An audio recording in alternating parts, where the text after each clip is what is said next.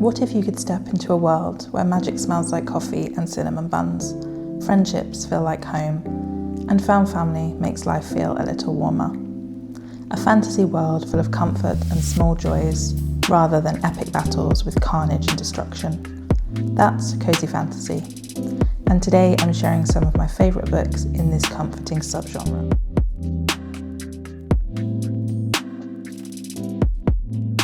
Welcome back to my channel, or if you're new here, a very warm welcome. It's lovely to have you here. Today I wanted to do a beginner-friendly guide to the subgenre of Cosy Fantasy.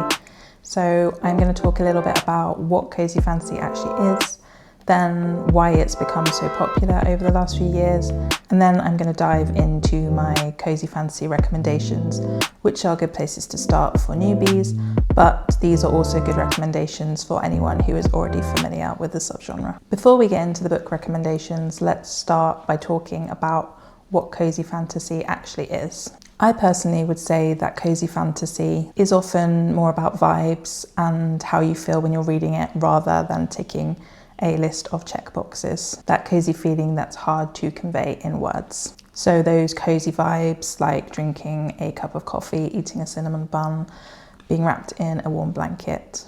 But Cosy Fantasy often follows people living their lives in a fantasy world. And rather than the main characters and the people caught up in the battles and the wars, these are normal people just going about their daily lives. So the focus is more on everyday routines, relationships, and small joys that we find in life. So these stories tend to be very low stakes. They tend not to have a lot of violence in them. If there is any violence, it tends to happen off the page. These books are calming and comforting. They focus on escapism, and they're very often centered around misfit characters who manage to find their people. And then more often than not, we will have some kind of cozy setting. So be it a coffee shop, a bookshop, a tea shop, a library, those kind of comforting settings. So found family is a huge part of Cosy Fantasy. So we often have characters who are closed off and guarded emotionally, and they feel a sense of isolation, but slowly through meeting their community, they gradually open up and find acceptance and belonging in a community. So a lot of Cosy Fantasy is very kind of slice of life, which is also what we see quite a lot in anime and video games as well. So it's about watching characters exist in a world, so as they go about their lives. So baking, running a shop, learning routines, forming friendships, rather than reaching for a dramatic, epic conclusion. And oftentimes they do feel quite Studio Ghibli-esque, and also some of my recommendations are books that those films were based off. So why has Cosy Fantasy become so popular? So Cosy Fantasy really surged in popularity during and after the pandemic. A lot of people were burnt out and anxious and looking for some kind of escapism from the true realities of life. So we did see a big rise in cozy games like Animal Crossing, and people could escape into comforting worlds and build comforting routines outside of the reality of life. So Cosy Fantasy in itself isn't really anything new. We've had lots of books with the vibes that we find in Cosy Fantasy for decades. So I haven't personally read The Hobbit, but I have seen the films, and also I have heard people talking about it.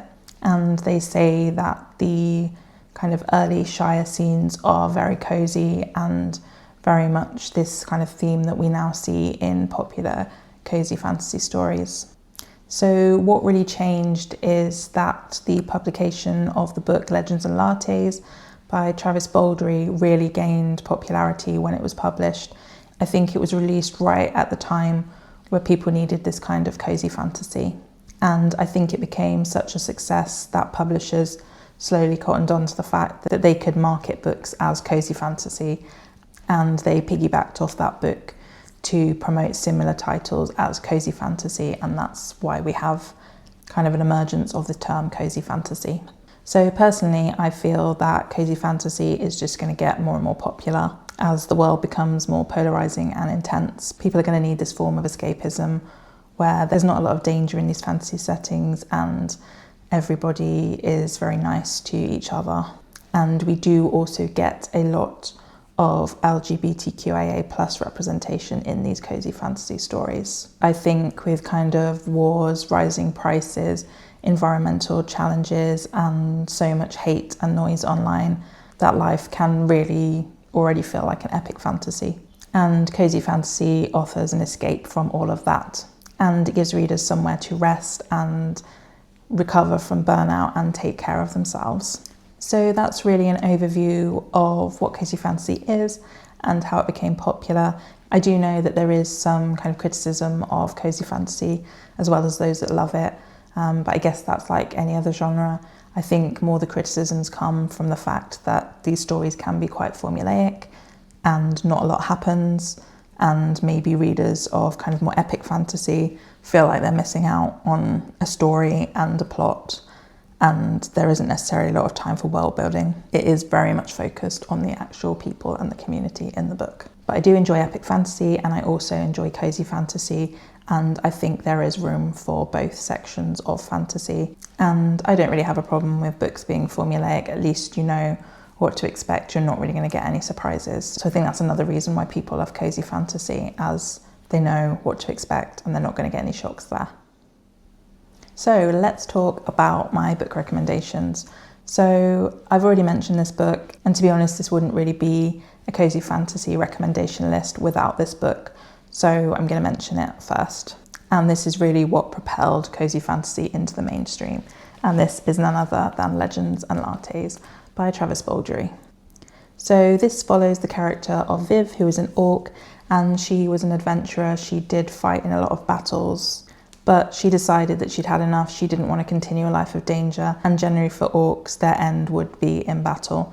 So Viv doesn't want that for herself. She wants to open a coffee shop. So this story focuses on her building a new life in a new town and opening her coffee shop and building new routines and meeting the local community and trying to persuade them that what they need in this town is a coffee shop. The community is at first quite skeptical of the coffee shop and don't really understand what coffee is and don't want to pay out money for coffee or sweet treats to go with their coffee. But she does end up making a lot of friends, and she does hire a barista for the coffee shop called Tandri. And I do love her character. So inside we do have, this is from the original cover, so this is a Fairy Loot edition. But yeah, so we have Viv and Tandri there in the coffee shop, and I do love this artwork. So she ends up meeting a lot of people, and they help her achieve her goal of having this successful coffee shop. There is a gentle sapphic romance subplot in this, but the story is really about Viv leaving her past behind, starting a new life, and becoming one of the community and making really close friendships with those around her. So I did really enjoy this, and I read it in, I think it was one sitting, and yeah, I gave it 5 stars, and I think it just does really what it promises to do. So high fantasy, low stakes, and good company, and yeah, I love this one. So there is also a prequel to this series which I've read, which is Bookshops and Bonedust. And there is also another book out which I have pre-ordered in the matching edition, and I think this is called Brigands and Bread Knives, and I'm not sure what that book follows, but this is kind of a prequel rather than a sequel, and this follows Viv earlier in her life. So this one is set in a coastal town with a bookshop at the heart of the story. This story leans into healing, slowing down, and forming connections in unexpected places. And it continues the inclusive, cozy atmosphere that we had in Legends and Lattes. But yeah, I can't remember the characters' names in this, but I don't think we have any others repeating, as this is set 20 years before the events of Legends and Lattes. And this is a standalone cozy fantasy about the power of good bookshops, great friends, and the unexpected choices along the way. And yeah, it was pretty much just as cozy as book 1. Personally, I did prefer Legends and Lattes to this one, but this was still a great read, and I'm interested to pick up the next book. So then we have a book which I found a little bit similar to Legends and Lattes, and this is The Teller of Small Fortunes by Julie Leong. And I know they say don't judge a book by a cover, but you can really do this with this book. everything on the cover and the edges kind of says a lot about what is contained in the book. So this follows the story of Tao, who is a travelling fortune teller, and her fortune telling is nothing life-changing, it's more focused on small fortunes, so offering meaningful insights for people who visit her. So Tao loves telling fortunes, but she does lead a very lonely life, and in one town she ends up meeting an ex-mercenary and a former thief, and the two ask her to team up with them to help find the mercenary's lost child. Then these three do also team up with a baker who is fed up of her life in the town that they end up meeting in, and she longs for a life of adventure. So the four of them go off on this journey to try and find the lost son, and they also have a magical cat along with them, but they do end up getting caught up in kind of a sub-quest as well. So whilst there's magic in this world, it is quite subtle and personal, and this one is very reflective. Tao also has a secret in her past that she is not willing to share, and she finds it difficult to open up to these people, but along the way they gradually become more than strangers to her. They become a found family, so that is one of the core themes of this, is found family. But they all travel off in this little carriage here, and I love this artwork. I think it's very Studio Ghibli. Yeah, this is the Fairy Loot edition, and I think this is a standalone. I think it could have been made into a series, but it's quite good that it's a standalone. So yeah, I did really enjoy this one. And then talking about Studio Ghibli, we do have a couple of books that were made into Studio Ghibli films. So up first is Howl's Moving Castle by Diana Wynne Jones. And this is very much one of the early forms of cozy fantasy. So a lot of cozy fantasy originally was kind of targeted at children. And this is one of my favourite Studio Ghibli films. Again, this is a Fairy Loot edition and it is beautiful. I love these beautiful sprayed edges. But also this is part of a series, and I have some of the other books in the series which I haven't read yet. But I think they follow different characters. So this one mainly follows the character of the wizard Howl and then Sophie. So Howl lives in this moving castle. So it is a castle that moves about on the landscape. And he lives there with his fire friend Calcifer.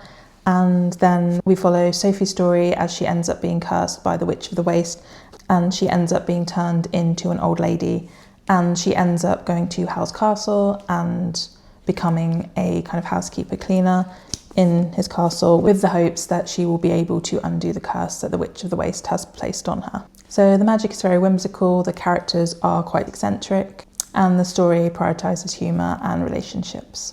And I did enjoy this, and I'm looking forward to picking up the other two books that I have. So next up is the book that my favourite Studio Ghibli film was based on, and that is Kiki's Delivery Service. And this is by Eiko Kadono. And yeah, this is one of my favourite films, and I love the story. So we do have a witch, we do have a cat. So this follows Kiki, who is just turning 13, and as is tradition with the witches, they must go away and find a new town to live in, which is in need of magical help. So Kiki sets off on her broomstick with her black cat Gigi, and she ends up going to this town and helping them with all sorts of magical problems. This is an extremely cute, cozy fantasy, and you've probably heard me say before, if it's got a cat and a witch in it, then I'm sold. I did really enjoy this book. It is very much written and targeted at middle grade though, so this one is good if you're looking at one that's targeted to younger readers. So next I have another staple in the cozy fantasy genre, and this is a duology. So we have The House in the Cerulean Sea by TJ Klune. So we follow the story of Linus Baker, who is 40. He lives by himself in a tiny house with a devious cat and his beloved records for company. Now Linus works in a government department, and in this world we have a department for magical youth. So he has spent a long career monitoring orphanages with children who have magical abilities. So one day Linus is called in by extremely upper management, and he's given a highly classified assignment. So he is packed up and sent to a small island to evaluate a magical orphanage. And this one is top secret because this is where a group of 6 very dangerous magical children live. And among the children is the Antichrist himself, and Linus has to determine if these children pose a threat to the wider society. And there he meets Arthur Parnassus, who is the ward in charge of these children, and he will do anything to protect them. But we do have this beautiful slow burn romance between Linus and Arthur, and it is in keeping with other books. It's very found family, and we get to know every one of these magical children, and along with Linus we learn to love them. So this one is often recommended for its found family. I think there have been a couple of criticisms about it, but I did really enjoy this book, and I enjoyed what the author was trying to achieve with this book. We also do have LGBTQIA+ representation in this book. So we do have a companion sequel to this, and that is Somewhere Beyond the Sea. And this kind of follows similar themes of the first book, although I did enjoy the first book more than this one. I'm not really sure it needed a sequel, but this one more focuses on Arthur Parnassus's background, and we find out a lot more about him before he came to be in charge of these children. But it maintains the same kind of inclusivity, and we just continue on where we left the story at the end of The House in the Cerulean Sea. So yeah, I would definitely recommend these as a duology. Now I have a few more witchy, cozy fantasy recommendations. So first we have 2 books that are set in the same universe. They're not direct sequels, and they can be read as standalones. So up first we have Rewitched by Lucy Jane Wood. So this follows the story of Belladonna Blackthorn, or Belle as she likes to be known, and she works in a bookshop, and she also happens to be a witch. So she is shortly approaching her 30th birthday, and there is a tradition where a witch must present themselves to the coven on their 30th birthday and prove to the coven that they are responsible enough to be able to keep their magical powers, and if they fail, their magic will be taken away from them. So Belle has not really heard of this tradition before, and she is far from ready to take this test.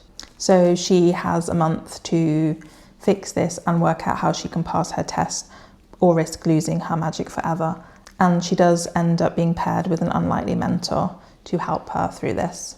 And we do learn a lot of history about the coven and some secrets that they are hiding. Again, this is really low stakes. It's really about Belle as she goes on this journey to rediscover her magic and uncover her true power as a witch. And this is really the perfect read for kind of September, October spooky season. And I would also recommend the audiobook for this one. And then we have the follow-up, Uncharmed.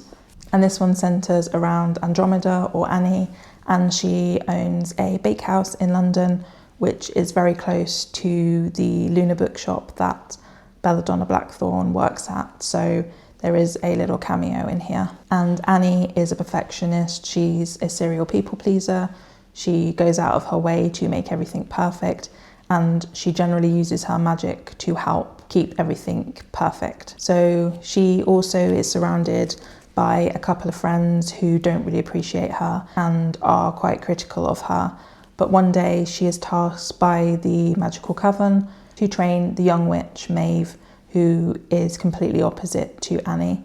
So Annie and Maeve are sent to this cosy cottage in the middle of the countryside so that Annie can help Maeve discover her powers and learn how to harness that power. And it just so happens that the cottage that they end up staying at belongs to Howl, who is a wizard, and he ends up becoming a love interest for Annie in this. But this is really, again, there's lots of found family, and it's about Annie discovering the price of being a perfectionist and learning that she has to let go of something. She can't be perfect all the time. And she also realizes that she needs to stand up to the people in her life as well. And there is a 3rd book in this kind of series coming out later on this year, which I'm excited to read as well. And these 2 books really bring back kind of the 90s Sabrina the Teenage Witch vibes. So yeah, it feels very 90s, and we're pretty much more or less shielded from any traumatic events going on in the world. So next up is The Honey Witch by Sydney J. Shields, and this one is described as a cottagecore fantasy, and it's very kind of tied to nature, and it is perfect for the cozy fantasy. So we follow the character of Marigold, and she is very much a loner, and she prefers the company of nature and the nature spirits above other people. and she is invited by her grandmother to go to her island, and her grandmother gives her the opportunity to become the next honey witch. So this is a role that is community based, and Marigold is going to be meeting the local community and helping them with their troubles and creating potions from the honey. So she is very happy to take on this role. And then we also have a sapphic romance in here. So we have the character of Lottie, who is a very grumpy skeptic. She ends up at Marigold's door and she doesn't believe in magic at all. And Marigold delights in taking the opportunity to prove her wrong. So the two start off kind of disliking each other, but gradually they form a bond. And this focuses on the themes of belonging and identity and connection to nature. And I really enjoyed this, and I have this lovely edition with the honeycomb and bees sprayed edges, which is by Fairy Loot. And yeah, I really enjoyed it. So the last one I have is a little bit of a wild card. It is still what I would class as cozy fantasy, but it does lean into cozy paranormal romance. And this is My Roommate is a Vampire by Jenna Levine. So this follows the story of Cassie Green, who is a struggling artist, and she needs somewhere to live. And she sees an advert posted in the paper, and she goes along to rent an apartment with Frederick J. Fitzwilliam, who is socially awkward and has very strange habits. So he sleeps in the daytime and wakes up at night. So he is an awkward vampire and he's trying to adjust to modern life. And Cassie finds him very strange, but she gets frustrated as she's not able to communicate with him as he's always asleep in the daytime. So she ends up leaving him little post-it notes, which he then replies to, and the two slowly start to fall in love. And it is funny, and I do love the parts where Frederick is trying to adjust to modern life. It is really funny. And yeah, this is just a cozy paranormal romance. There's not really a lot of high stakes here, and it's really about the relationship between Cassie and Frederick and his adjustment to modern life. And this does have a little bit of sexual content in. But yeah, this was a really good time. And yeah, I would recommend it if you're looking for something a little bit different to the usual cozy fantasy recommendations. So I hope that you've enjoyed this video, and I hope that you've found some good recommendations. Please do let me know in the comments if you're a fan of cozy fantasy, and if you are, if there's any books that you have read that you've really enjoyed, or if you've read any of these that I've mentioned in this video. Thanks for watching, and I'll see you next time. Bye.